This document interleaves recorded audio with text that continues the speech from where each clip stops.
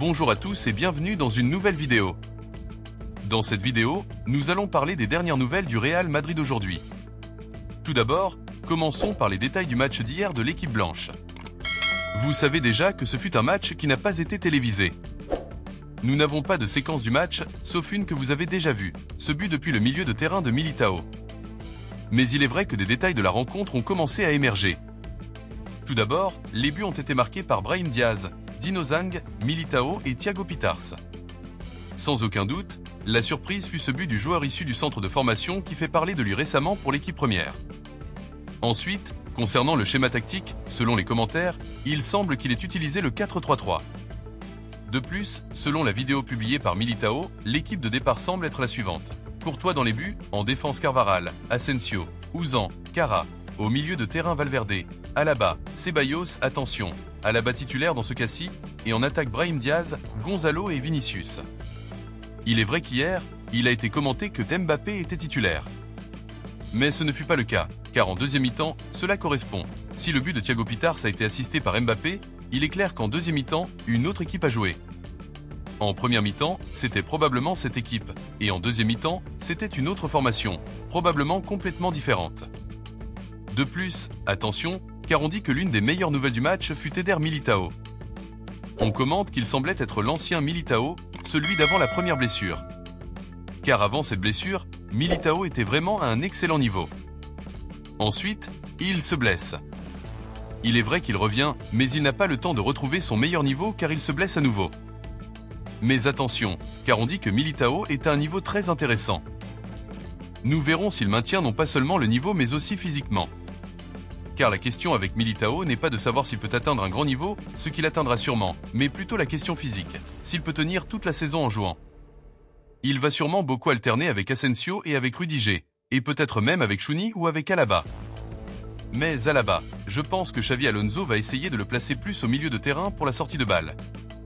Ensuite, parlons de Mbappé. On commente qu'il a beaucoup impressionné lors du match. Il n'a pas marqué de but, mais on souligne l'effort défensif de Mbappé, quelque chose qui a toujours été beaucoup reproché à ce joueur, qu'il ne défend pas, qu'il ne presse pas, qu'il attend que le ballon lui arrive pour voir s'il marque un but.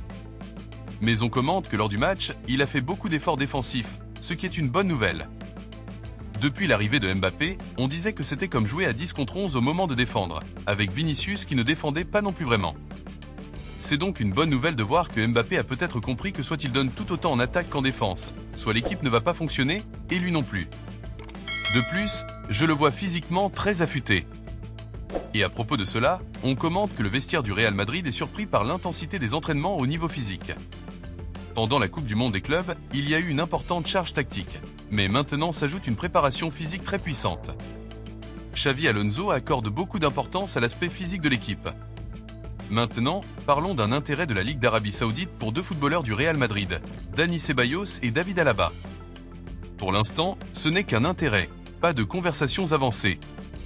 Dani Ceballos veut rester et, s'il part, ce serait pour le Betis. Mais si une offre intéressante arrive, économiquement avantageuse aussi pour Madrid, je pense que le club pourrait le vendre et promouvoir peut-être Nico Paz. Concernant David Alaba, son idée est de rester à Madrid pour sa dernière année de contrat. Mais s'il reçoit la même rémunération qu'à Madrid, il pourrait envisager de partir, surtout pour une destination comme l'Arabie Saoudite. Cela dit, c'est compliqué pour les deux joueurs. Il reste encore un mois pour voir ce qui se passe, mais a priori, l'effectif semble fermé, sauf grosse offre pour un joueur comme Rodrigo. Passons maintenant à la question du maillot numéro 9.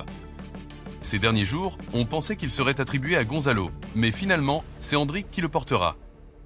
Commercialement parlant, cela semble plus logique, Endrick ayant un fort potentiel marketing. Gonzalo, lui, portera désormais le numéro 16. L'important n'est pas le numéro, mais les performances. En parlant de Gonzalo, sa prolongation jusqu'en 2030 a été annoncée. Il fera partie de l'équipe première à part entière. Autre nouvelle, selon Ramon Alvarez de Mon et des sources en Argentine, la présentation de Mazantuno est prévue jeudi prochain, jour de ses 18 ans. Il devrait être présenté avant le match contre Osasuna et porter le numéro 25. Enfin, un départ confirmé. Régnier Jésus est transféré à l'Atlético Mineiro gratuitement, mais le Real conserve 50% de ses droits pour une future vente. Régnier a encore 23 ans et peut se relancer après des prêts décevants. Voilà pour les dernières nouvelles du Real Madrid. Pensez à vous abonner à la chaîne pour ne rien manquer de l'actualité du club. À bientôt pour une prochaine vidéo.